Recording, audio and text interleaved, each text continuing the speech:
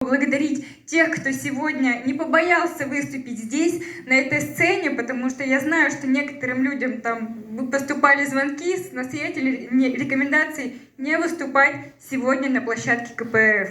Поэтому вы очень смелые, товарищи. Большое вам за это спасибо.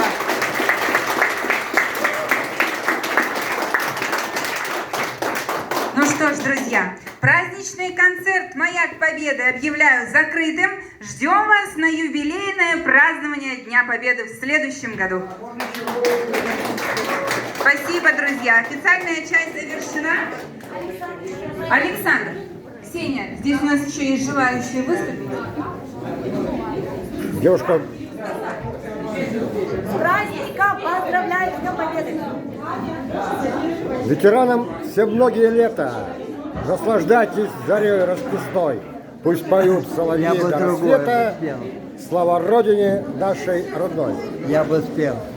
Поклонимся великим. Ну и, друзья, официальная часть у нас закончилась, концертная, неофициальная продолжается. Сейчас к микрофону с гитарой подходит Алексей. Хорошо, надо песни было петь. Сейчас хорошая песня от Александра наша.